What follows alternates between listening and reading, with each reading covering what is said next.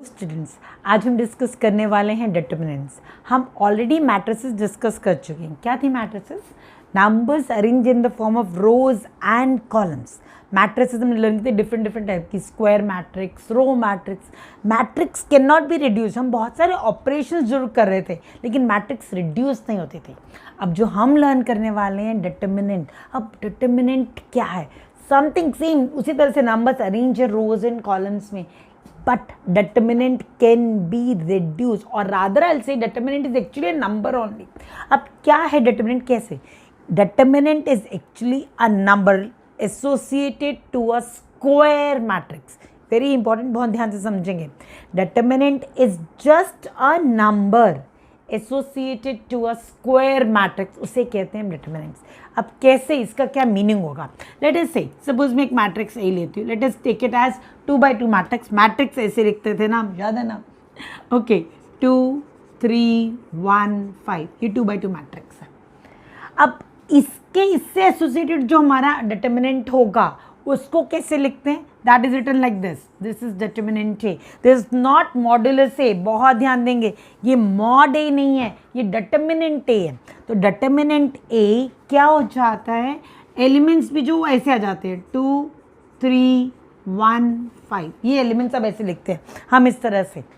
अब यहाँ पर हमने जो 10th क्लास में लर्न किया था क्रॉस मल्टीप्लिकेशन, जरा याद करते हैं क्या था क्रॉस मल्टीप्लिकेशन। हम ऐसे मल्टीप्लाई करते थे first, minus this is what we used to do, left to right we move, isn't it? Left से राइट ही मूव करें, from here top to bottom, left to right.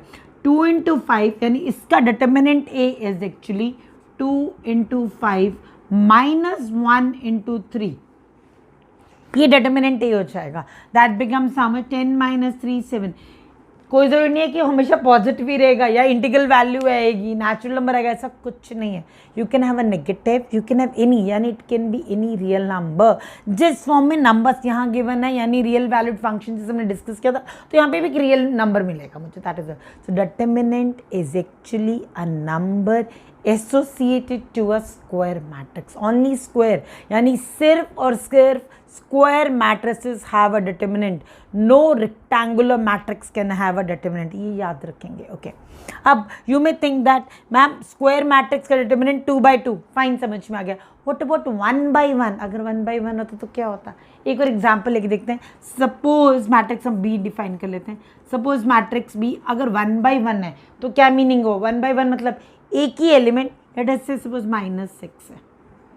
Now what is determinant B? Determinant B क्या हो जाएगा? यानी it is a number associated this only, तो वो क्या है? It is like this. And again मैं बता रही है, हमने यहीं पे लिखा था ना, ऐसे लिखा था। डिटर्मिनेंट हमेशा ऐसे आता है पैरेलल बार्स में। It is inside the parallel bars, it is not modulus. सिर्फ पैरेलल बार्स के अंदर नंबर लिखते हैं हम, that is what it is है। तो यानी, और यहाँ पर भी ये मॉडुलस नहीं है, तो -6 को +6 नहीं करेंगे। Determinant B is -6 only. क्या है ये? -6 ही है डिटर्मिनेंट बी भी। क्लियर हुआ? समझ में? डिटर्मिनेंट बी क्या है? -6। ये हुआ आपका 1x1 matrix. This is your 1/1 matrix. अब अगर 3x3 मैट्रिक्स होता तो क्या होता? चेक करें जरा। 3x3 मैट्रिक्स में क्या होगा? अब ये बहुत ही इंपॉर्टेंट है कि 3x3 मैट्रिक्स में क्या होता है। Okay, let us check that out. Suppose matrix A, just give me a second, let me change the pen. Okay, suppose matrix A आपके पास है। मैट्रिक्स ऐसे आती है, isn't it? Always close interval जैसी ब्रैकेट के अंदर, -3 1 2 0 5 9 1 2 3, ये मैट्रिक्स। आप बहुत ध्यान से समझेंगे डिटर्मिनेंट ए कैसे निकलते हैं, बिकॉज 3x3 सबसे ज़्यादा इंपॉर्टेंट है, आपसे ही पूछा जाता है। ओके, डिटर्मिनेंट ए निकालना है तो कैसे लिखेंगे हम determinant A? This is the way to write determinant A. अब डिटर्मिनेंट यानी ये जो डिटर्मिनेंट इस मैट्रिक्स से एसोसिएटेड है, दैट कैन बी फाउंड, ध्यान से सुनेंगे, that can be found by expanding determinant by any row और एनी कॉलम। यानी मैं डिटर्मिनेंट को एक्सपैंड कर रही हूँ किसी भी रो या किसी भी कॉलम से। बहुत इंपॉर्टेंट, किसी भी रो किसी कॉलम से। पहले डिटर्मिनेंट को लिखेंगे कैसे? Will come in the bars now, -3 1 2 0 5 9 1 2 3, this is the way we write. अब मैं किसी भी रो या फिर किसी भी कॉलम से एक्सपैंड कर सकती हूँ डिटरमिनेंट को, एंड किसी भी रो या किसी भी कॉलम से एक्सपैंड करने के बाद इसकी डिटरमिनेंट की वैल्यू तब भी सेम ही आएगी, चाहे जिस भी रो या कॉलम से करो। That mean 3 rows 3 column total कितने हो जाएंगे, 6 different ways of expanding it and still the value will be same. So हम फर्स्ट रो से एक्सपैंड करना लर्न करते हैं, पहले देखते हैं। सो -3 कम्स ओवर हियर, बट एक इंपॉर्टेंट चीज यहाँ पर जो होती है वो ये कि हम जो रो या कॉलम ले रहे हैं वो तो ठीक है, लेकिन कौन सा एलिमेंट ले रहे हैं, क्या नंबर है उस एलिमेंट का, यानी क्या पोजीशन है उस एलिमेंट की, वो मैटर करती है यहाँ पर। सपोज मैं -3 से करूँ शुरू। अब -3 की पोजीशन क्या है, A11, दैट इज व्हाट। अब ये -3 एक्चुअली मल्टीप्लाई होता है -1 की पावर i प्लस जे से। आई और जे क्या उसकी पोजीशन, यानी आई भी 1 है, जे भी 1 है, तो यानी क्या हो जाएगा -1 की power i plus J. That means can I right, मैं यहाँ रब करके लिख रही हूँ, -1 की पावर 1 प्लस 1 हो जाएगा into -3। First step is this. अब जिस रो में -3 है जस्ट स्ट्राइक दिस ऑफ, जिस कॉलम में स्ट्राइक दिस ऑफ, जो रह गया वो अगेन एलिमेंट जो रह गया उसे डिटरमिनेंट की फॉर्म में लिखेंगे, यानी we multiply -3 first with the -1 to the power of i plus j, यानी एलिमेंट को उससे, एंड सेकेंड जो एलिमेंट्स रह गए उसकी डिटरमिनेंट से। ठीक है, अब नेक्स्ट पर आते हैं। नेक्स्ट नंबर क्या हमारा, ये रहा 1। मैं इसे रख करके दोबारा से दिखाती हूँ ताकि मालूम चले आपको। Let us write the matrix again. So it is -3 1 2 0 5 9 1 2 3। Clear. अब हम 1 की बात कर रहे हैं, टॉकिंग अबाउट दिस। इसकी पोजीशन क्या है, कौन सा, फर्स्ट रो सेकंड कॉलम, तो A12 का मीनिंग क्या है, प्लस तो यहाँ पे रहा, लेकिन ये होगा -1 की पावर A12 यानी 1 + 2, i और j 1 + 2। ठीक है, बाद में हम इसे, ये तो अभी लिख रहे हैं, बाद में बताऊंगी how to remember it, simple way to understand that. Okay, next अब क्या है, तो मतलब ध्यान से देखते रहेंगे, बाद में मालूम चलेगा कि किस तरह से इजीली याद कर पाते हैं। Okay, this into the element ये रहा। अब ये एलिमेंट जिस रो या जिस कॉलम में, स्ट्राइक इट ऑफ, क्या रहेगा बाद में, जिस ऑर्डर में है वैसे ही लिखेंगे, 0 से शुरू, 0 9 1 3, यानी डिटरमिनेंट क्या है 0 9 1 3, क्या प्लस अगेन। अब किसकी बात है, मुझे स्ट्राइक करने की जरूरत है या मालूम चल जाएगा अपने आप ही, किसकी बात करेंगे अब हम, लास्ट एलिमेंट क्या रह गया 2, पर 2 से पहले -1 की पावर क्या आ जाएगा, -1 की पावर, ये कौन सी पोजीशन है इसकी, फर्स्ट रो थर्ड कॉलम, यानी 1 + 3 मल्टीप्लाई हुआ 2 से। अब 2 किस रो या किस कॉलम में, इसे मैं हाइड कर रही, इसे हटा देते हैं, ये एज इट इज है, 2 इस रो और इस कॉलम में था, अब ये रह गया 0 5 1 2, 0 5 1 2। क्लियर हो गया।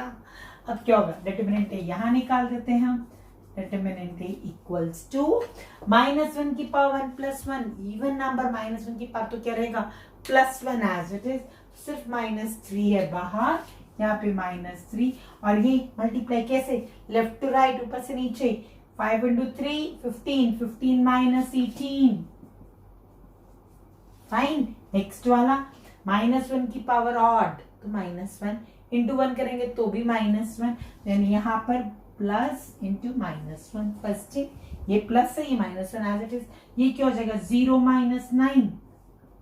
क्या, नेक्स्ट वन, -1 की पावर 1 + 3, इवन 1 + 3 इज इवन, तो यानी -1 का +1 हो गया, पावर इवन है, इंटू 2 यानी +2, ब्रैकेट में क्या है 0 - 5, 0 - 5, क्या बनेगा ये देखो, -3, 15 - 18 is also what, -3, this is plus into -1 into what, again -9, plus 2 into -5, this is what we have it, minus into -3 is what, 9, -1 plus 9 is also what, 9, 2 - 5 is what, -10, 18 - 10, that means how much, 8, determinant A की value कितनी आई है, 8, quite easy isn't it? अब हम किसी और से check करते हैं, लेट्स सी दैट सेम आ रही है कि नहीं आ रही। ओके, तो लेट अस डू दिस। आप याद रखेंगे कि क्या आई थी डिटरमिनेंट की वैल्यू 18। ओके, हम इसे करते हैं कॉलम से, ठीक है, इसे रब कर देते हैं फिर से, चलो लिखते हैं this is -3152293, this would we have it. अब कॉलम से लास्ट वाले से कर लेते हैं, let us do with this column. Okay, determinant again जिस एलिमेंट हम जिस कॉलम से भी शुरू करें उस कॉलम का जो भी एलिमेंट है हमारे लिए उसका वो कौन सी पोजीशन पर है वही -1 की पावर होती है। तो यानी मैं डायरेक्ट लिख के चली जाऊंगी, फिर भी लिख देते एक बार। -1 की पावर क्या, फर्स्ट रो थर्ड कॉलम, यानी पावर कितनी होगी 1 + 3। कौन सा एलिमेंट है 2, तो यानी ये रो और ये कॉलम गया तो सेम रह गया जो पहले था, अभी हमने लिखा था। Coming to the next element now, अब हम 9 पर आ जाते हैं, इसे हटा देते हैं, this is gone, as it is है। 9 की बात करेंगे अब हम। 9 के आगे क्या साइन आएगा, पहले प्लस बीच में। 9 कौन सा है, सेकेंड रो थर्ड कॉलम, यानी -1 की पावर 2 + 3, सेकेंड रो है थर्ड कॉलम है, isn't it? यानी ये गया और ये गया, दोनों गए। जिस रो जिस कॉलम में क्या रह गया, यहाँ पे 9 है और क्या रह गया, दिस इज इन जैसे ऑर्डर में वैसे ही लिखते हैं डिटरमिनेंट, -3 1 1 2, यानी रो है ये और ये एज इट इज उसी ऑर्डर में। ये रहा आपके पास। कमिंग टू दिस, अब हम किसकी बात करेंगे, अब हम 3 की बात करेंगे। This is 0 5 9। अब ये प्लस -1 की पावर कौन सा है, थर्ड रो थर्ड कॉलम, तो यानी 3 + 3, third row third column. Number क्या है हमारा, एलिमेंट क्या है 3 किससे मल्टीप्लाई हो रहा है, दिस एंड दिस गॉन, तो डिटरमिनेंट क्या रहेगा, सिर्फ ये, वो क्या है -3 1 0 5, ये रहेगा डिटरमिनेंट आपके पास। Let us find the value now. Again determinant is equal to, ये क्या -1 की पावर इवन, तो प्लस ही हो गया, सिर्फ नंबर क्या है 2, तो यानी 2 × अब डिटरमिनेंट की वैल्यू 0 -5, मैंने पहले हाँ ठीक ही लिखा था ना, 0 -5, आई थॉट कि 2 -5 तो नहीं कर दिया था। ओके, -1 की पावर 2 + 3, 2 + 3 कितना होगा 5, ऑड है तो ये क्या रहेगा negative, so it is plus -1 9 as it is, और ये कितना हो जाएगा -6 -1, बीच में प्रोडक्ट हमेशा माइनस सब्ट्रैक्ट करते हैं, तो -6 -1 तो कितना हो जाएगा -7। नेक्स्ट वन, -1 की पावर 3 + 3 इवन, पॉजिटिव पावर हो जाएगी, मतलब -1 की इवन पावर तो वो पॉजिटिव हो गया, इंटू 3 करेंगे तो +3 ही रहा सिर्फ, और वैल्यू कितनी हो जाएगी -15, और ये तो 0 हो गया। लेट्स चेक क्या वैल्यू आ रही है, 0 -5 कितना होगा -5, इंटू 2 करेंगे तो कितना हो जाएगा -10। Coming to the next one, 9 minus कितना हो जाएगा +7 × 9 कितना हो जाएगा 63 पॉजिटिव। कम, अब ये कितना हो जाएगा -15 -0 इज -15, 3 × -15 कितना होगा -45। क्लियर, अब चेक करते हैं negative terms like terms add subtract ना, तो ये ऐड हो गए, -10 -45 गिव्स मी व्हाट -55 + 63, 63 -55 कितना हो जाएगा जस्ट 8। डिटरमिनेंट ए की वैल्यू कितनी आई है हमारे पास, एंड आई होप पहले भी हमारी 80 आई थी ना। Therefore we just saw that कि हमने पहले फर्स्ट रो से एक्सपैंड किया था, अब लास्ट कॉलम से थर्ड कॉलम से still the answer came same. That means 6 3/3 matrix में कितनी रोज है 3 रोज 3 कॉलम्स, यानी 6 ways of expanding it। 6 के 6 ways से करने पर भी आंसर क्या आएगा सेम। आप किसी भी से रो या किसी भी कॉलम से कर सकते हो, आंसर हमेशा सेम आएगा। And giving you one tip, one क्या 2 टिप्स ध्यान से सुनेंगे। जब मैं किसी रो किसी कॉलम से कर सकती हूँ आंसर सेम होता है, then I try to choose such a row और सच अ कॉलम जहां पर कैलकुलेशन इजी हो जाएगी। देखिए जरा ध्यान से बताती हूँ, अगर मैं यहाँ पे फर्स्ट कॉलम या सेकंड रो चूज कर लेती हूँ तो एक प्रोडक्ट तो 0 से हो रही थी, इसी खत्म हो जाता है, isn't it?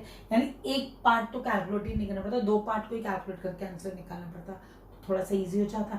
एंड अगर मैं बोली सेकंड कॉलम और फर्स्ट में, तो बेटर ये है ना कि फर्स्ट वाला कॉलम चूज करूँ, सेकंड रो की जगह फर्स्ट कॉलम, बिकॉज यहाँ पे 1 भी आ रहा है, 1 से कुछ भी मल्टीप्लाई होगा तो एज इट इज मुझे बाहर के नंबर को सोचने की जरूरत नहीं, 0 कैंसिल कर देता है। तो हम हमेशा ही देखते हैं कि कहाँ पर डिजिट्स जो बाहर की एलिमेंट्स जो है वो इजी एलिमेंट्स या फिर 0 या 1 ज्यादा आ रहा है, ताकि मेरे लिए कैलकुलेशन क्या हो जाएगी। This is first key point. Come to the second key point. अभी हर बार हम याद करते रहे क्या है, should I remember every time, should I remember. ये एक इजी सा ट्रिक बताओ, आप किसी भी रो या किसी भी कॉलम से करना ओपन, ठीक है। I am rubbing this of. जब भी हम डिटरमिनेंट निकालते हैं रो या कॉलम से, सिंपल ऑल्टरनेट साइन चलता है। आपने यहाँ पे भी चेक किया होगा, पॉजिटिव नेगेटिव ऐसा रहा, या फिर नेगेटिव पॉजिटिव आ रहा था, यानी ऑल्टरनेट साइन चलता है। पहली चीज, आपको सिर्फ फर्स्ट एलिमेंट का साइन मालूम हो, उसके बाद ऑल्टरनेटिवली लिखते चले जाएंगे। आपको हर बार -1 की पावर लिख के दिखाना नहीं होता। मैं यहाँ पे क्वेश्चन, इसी क्वेश्चन को दोबारा सॉल्व करके दिखा रही हूँ। 2 9 1 2 3 सपोज ये ना आपका, ओके। लेट्स सी, ध्यान से देखेंगे। अब मैं सेकंड रो से ही कर रही हूँ, स्टार्टिंग सेकंड रो। आप सेकंड रो का सिर्फ फर्स्ट एलिमेंट पे साइन पे ध्यान दीजिए। और रिमेम्बर, ये मैं बना रही हूँ यहाँ पे, ध्यान देंगे। आप अभी आगे भी यूज करने वाले। ये जो डायमंड है ना आपका, सिर्फ इन्हीं के आगे साइन माइनस का आता है, बाकी किसी का आगे नहीं। जस्ट ऑल एलिमेंट्स का i plus J even he बनता है, तो सारे के सारे पॉजिटिव रहते हैं। उनका जो साइन है वो एज इट इज ही आ जाएगा, वो प्लस से ही मल्टीप्लाई हो रहे हैं। लेकिन ये जो है चारों, ये माइनस से मल्टीप्लाई होते हैं। तो आपको सिर्फ ये डायमंड को याद रखना है कि ये डायमंड क्या होगा, सिर्फ नेगेटिव होता है इसके आगे। तो 0 का नेगेटिव होगा, मुझे फर्क ही नहीं पड़ता 0 के लिए। 0 अगर मैं आगे लिखूं भी, 0 इस कॉलम में है, इस रो में है, अब तो सीधा से ध्यान रहेगा, ये कॉलम ये रो गॉन, क्या रह गया 1 2 2 3। But I don't, do I require to calculate this 0 to anything, तो क्या हो जाएगा 0। So finish, go to the next. 0 negative था तो ये प्लस, ये माइनस, दैट इज इट। और अदरवाइज आपको मालूम है डायमंड ही सिर्फ साइन चेंज है, बाकी तो सेम एज इट इज। तो +5। अब 5 किस रो किस कॉलम में, ये रो गई, ये कॉलम गया, गॉन गॉन, क्या रह गया -3 2 1 3, ये और ये, यस इजंट इट। 9 डायमंड में है तो क्या आएगा -9। This part is very important. Remember only diamond का साइन चेंज होता है सिर्फ, ठीक है। -9 सीधा माइनस लिख दिया हमने, इनटू किससे होगा अभी, ये रो गॉन, ये column gone, this is gone, this is gone, क्या रह गया -3 1 1 2, व्हाट इज लेफ्ट। अब चेक करें, ये पार्ट तो जरूरत ही नहीं कैलकुलेट करने की। कमिंग टू दिस पार्ट, सीधा यहाँ पर मैं सीधा लिख रही हूँ, यहाँ पे डिटरमिनेंट है इक्वल टू 5 बाहर है, -3 इंटू -3 -9, ब्रैकेट ही लिखते हैं, -9 -2 -9 -2, यहाँ पे बाहर क्या -9 बाहर, ये क्या हो जाएगा -6 एंड -1। कैलकुलेट करके अगेन चेक करें, क्या -7 इंटू 5 इज व्हाट -35, -6 इंटू -1 कितना हो जाएगा -7, 7 प्लस महान ना मैम भी क्या कर रही है, -9 into -2 -11 into -5 is -55। Coming back over है, ये -7 इंटू -9 इज +63 एंड 63 -55। अभी हम पहले भी करके गए हैं, कितना है डिटरमिनेंट की value is just see calculation becomes easy. That means first thing, हम फर्स्ट की पॉइंट चूज करो, वो रो या वो कॉलम जहां पे 0 आ रहे हो या एलिमेंट्स क्या हो स्मॉलर वैल्यूज में हो, तो calculation becomes easy. First key point. Second की पॉइंट, ओनली डायमंड वाले एलिमेंट जो डायमंड पोजीशन पर है, सिर्फ और सिर्फ इन्हीं का साइन चेंज होता है। डायमंड और रोम्बस व्हाटएवर यू रिमेंबर, सिर्फ और सिर्फ इन्हीं का साइन चेंज होता है, यानी यही सिर्फ नेगेटिव हो जाता है अपने साइन में, नेगेटिव हो जाता है यानी प्लस है तो माइनस होगा, माइनस है तो प्लस होगा, साइन चेंज। बाकी सब एज इट इज आते हैं, क्लियर। और जिस रो जिस कॉलम में हाइड दैट रिमेनिंग डिटरमिनेंट लिखते हैं हम। सो क्लियर 3/3 अच्छे से कुछ ना।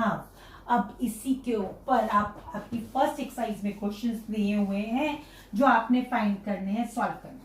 अब एक चीज पहले डिस्कस करते हैं। फर्स्ट, अगर दो डिटरमिनेंट इक्वल गिवन होते हैं, ध्यान से सुन रहे हैं ना, 2 determinants are given equal to each other. Determinant equal बोले हैं, अगर डिटरमिनेंट इक्वल है और उसमें कोई एलिमेंट x दिया है, how to find the value of x. हम मैट्रिसेस में लर्न कर चुके हैं सेम, अब हम डिटरमिनेंट की बात कर रहे हैं, how to find the value of x when determinants are given equal to each other.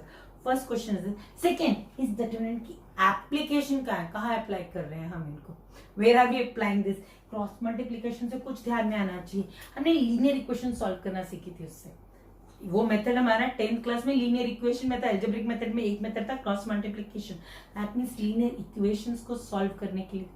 Similarly determinant यहाँ पर भी, मैंने पहले बताया मैट्रिक्स डिटरमिनेंट के एप्लीकेशन फर्स्ट वीडियो के अंदर, हम यहाँ पर भी कोई भी लीनियर इक्वेशन गिवन हो मुझे 3 वेरिएबल के अंदर, आई कैन डू दैट। और यहाँ पर बेसिकली अब थर्ड वेरिएबल तो अभी गिवन नहीं आपके पास, अभी मैंने z के साथ कुछ भी नहीं बताया आपको, तो अगर 2 वेरिएबल के साथ कुछ ऐसी फिगर गिवन हो वहां पर मैं डिटरमिनेंट अप्लाई करूं, लर्न करते हैं लेटर से। तो पहला पॉइंट ये कि अगर 2 डिटरमिनेंट इक्वल हो और उसमें एक सारा हो तो कैसे फाइंड करते हैं। सपोज मैं यहाँ पे बोलूं गिवन है आपके पास determinant, this is given, example ही लेते हैं हम कोई, let us have, okay, given to you is determinant 9 3 2x 9 is equal to a odd determinant.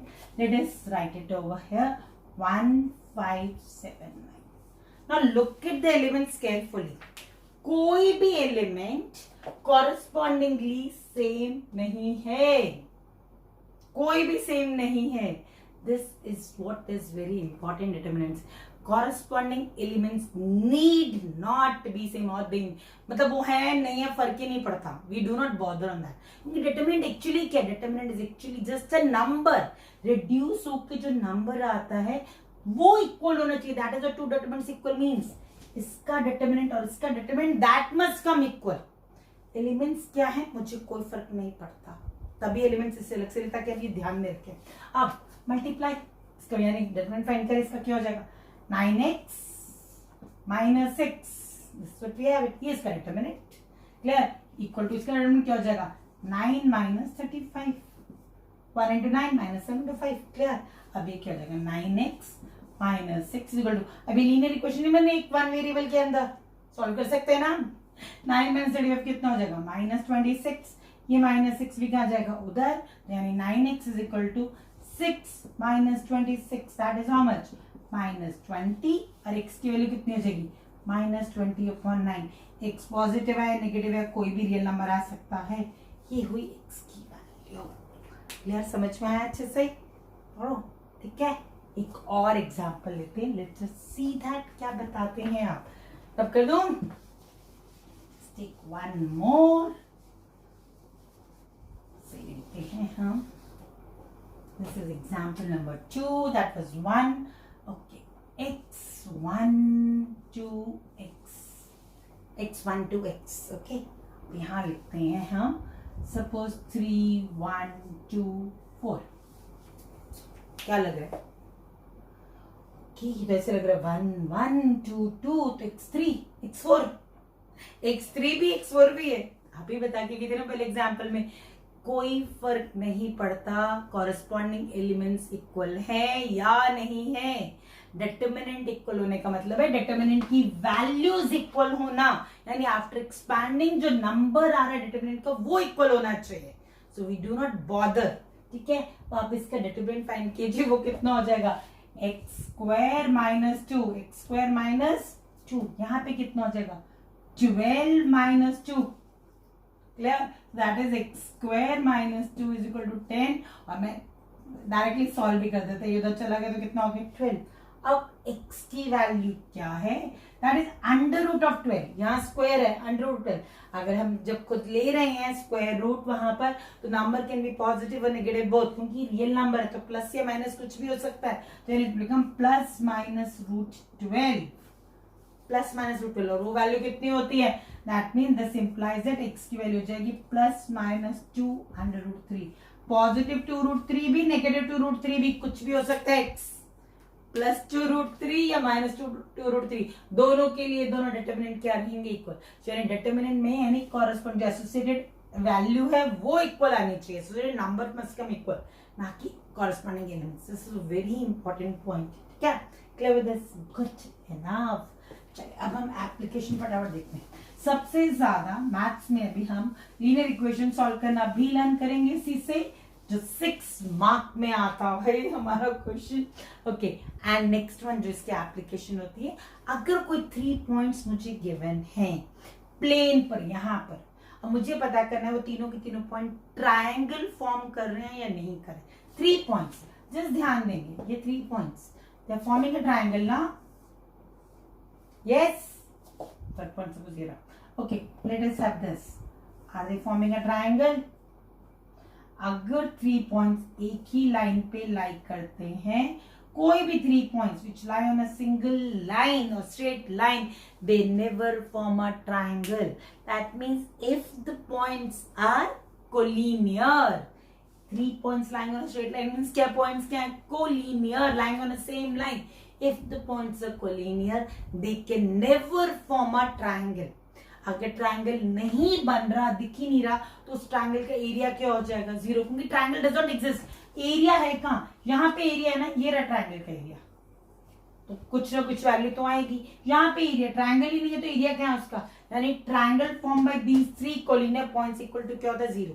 तो लिख लेंगे इस इंपॉर्टेंट पॉइंट को कि area of triangle form bye 3 collinear point is always 0 and area of triangle by 3 non-collinear point will be a determinant, but उसकी value हमेशा positive ही लेंगे हम, क्योंकि area can never be negative, ये याद रखेंगे। डिटर्मिनेंट ऐसे निकालेंगे अगर हम, तो प्लस या माइनस कुछ भी हो, लेकिन मैं बोलूँ कि ये पॉइंट्स हैं, इनसे ट्रायंगल बन रहा है, इसका एरिया बताइए, तो हम with the help of determinant area निकाल रहे हैं, बट उसको ऑलवेज लिखेंगे क्या हम? पॉजिटिव। क्लियर? और यहाँ पे तो ये जब प्रूव करने के लिए बोल देंगे प्रूव करो 3 पॉइंट्स आर कोलिनियर, या प्रूव करो तीनों के तीनों पॉइंट एक लाइन पे लाइक करते हैं, तो सीधा हम प्रूव कर देंगे उन तीनों पॉइंट से जो डिटर्मिनेंट बनता है उसकी वैल्यू कैलकुलेट करने पे आ रही है 0, हिंस ट्रायंगल ही नहीं बनता है। अगर ट्रायंगल ही नहीं बनता है तो पॉइंट्स क्या हो जाएंगे हमारे लिए? कोलिनियर। That is it. ठीक है, अब क्वेश्चन लेते हैं और ट्राई करते हैं। चलो okay, let us take 3 points है A 2, -3, B है 1, 7, C है 6, 0। ये 3 पॉइंट्स हैं, इनसे हमें एरिया निकालना है। जब मैं इनकी हेल्प से एरिया निकालती हूँ तो एरिया क्या होता है? It is directly simple, area of triangle form bye points A, B, C, यानी area of triangle form bye points A, B, C is actually a determinant जो इन तीनों पॉइंट से बन रहा है, और डिटर्मिनेंट की वैल्यू कितनी होती है? Half of that. ऑलवेज याद है फॉर्मूला हमने पहले लर्न किया हुआ, कोऑर्डिनेट ज्योमेट्री 11th क्लास में कोऑर्डिनेट में क्या था? हाफ ब्रैकेट में x1 y2 minus y3 plus x2 y3 minus y1 plus x3 y1 minus y2। Similar way से ही ये बन रहा है, सेम वही फॉर्मूले को सिर्फ डिटर्मिनेंट की फॉर्म में लिख दिया। तो हाफ ऑफ था ना, तो हाफ ऑफ पहली फर्स्ट आपकी रो जो मैं बनाऊंगी वो कैसे बनेगी? ये एलिमेंट यानी ये कोऑर्डिनेट जो दिए 2 -3 और ये 1, these will become as my elements. 2 -3 1, second क्या हो जाएगा? 1 7, सेकंड कोऑर्डिनेट लिखेंगे 1 7 और यहाँ पे 1 आएगा हर बार, लास्ट वाला क्या होगा? 6 0 1। क्या ऐसे लिखेंगे आप? फर्स्ट कोऑर्डिनेट्स लास्ट कॉलम 1 1 1 ही चलेगा, first coordinate second coordinate third column. Open कर रहे हैं अब हम ऑलरेडी लर्न कर चुके हैं, किसी भी रो किसी भी कॉलम से एक्सपैंड कर सकते हैं। किन का साइन चेंज होता है हमें अच्छे से मालूम है, तो किससे ओपन करें? लेट अस ओपन, लास्ट से कर देते हैं, 0 इसमें दिख रहा है, ज़्यादा ईजी है ना। Let's open from this. Sign किसका चेंज होगा? दिस दिस दिस दिस, यानी यही नेगेटिव है ही नहीं ना, 0 खत्म। तो क्या हो जाएगा? हाफ ऑफ ब्रैकेट में 6 बाहर, अंदर क्या हो जाएगा? ये रो गया और ये कॉलम गया, तो ये रह गया सिर्फ -3। डिटर्मिनेंट की फॉर्म में लिखते हैं -3 1 7 1। क्लियर? 0 वाला तो गॉन, सीधा 1 पर आ जाते हैं, साइन चेंज होगा नहीं 1 का। 1 ये कॉलम और ये रो गया, ये रह गया सिर्फ 2 -3 1 7। सी सिर्फ इतनी सी कैलकुलेशन, बार हाफ चल रहा है ऑलरेडी। अब मैं एंड में कुछ लिखूंगी, इससे पहले यहाँ बताऊंगी फिर किस चीज़ पे ध्यान देते हैं। ठीक है, 6 इंटू अभी क्या हो जाएगा? -3 -7, ओके, प्लस 1 ही है, लिखे या नहीं लिखे फर्क क्या पड़ता है?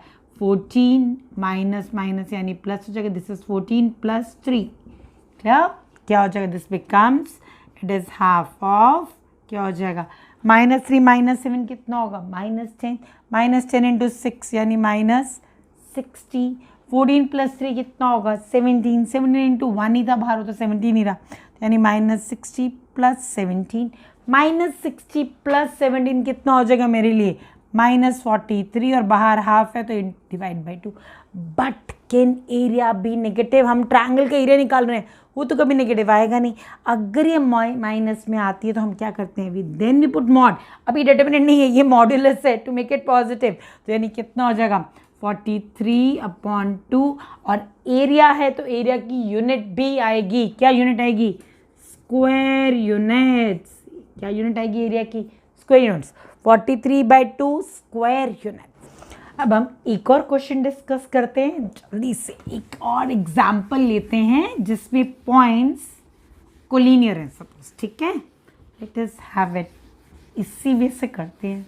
चलिए यहीं इसी क्वेश्चन में स्लाइड चेंज कर दें, इस 0 की जगह पे हम लिखते हैं x, ओके, ध्यान से देखेंगे, क्वेश्चन है, ध्यान से लिख लेंगे, find the value of x, find the value of x for which a, b, c lie on a straight line, या फिर points are collinear, कुछ भी लिखा हो सकता है, मीनिंग वही है, a, b, c are collinear, तो लिखेंगे अकॉर्डिंग, यहाँ पे सॉल्यूशन में लिखेंगे अकॉर्डिंग टू क्वेश्चन, या गिवन है as points are collinear, therefore area of triangle ABC equal to क्या हो जाएगा, 0।